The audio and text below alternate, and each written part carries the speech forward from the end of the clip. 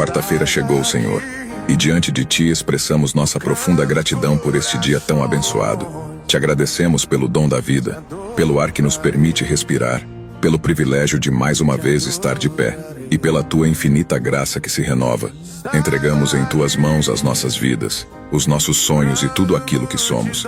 Dai-nos, Senhor, o discernimento para tomar decisões sábias ao longo deste dia, a força necessária para perseverar em nossos objetivos e fé para confiar plenamente em Teus planos. Pedimos, Senhor, a Tua proteção.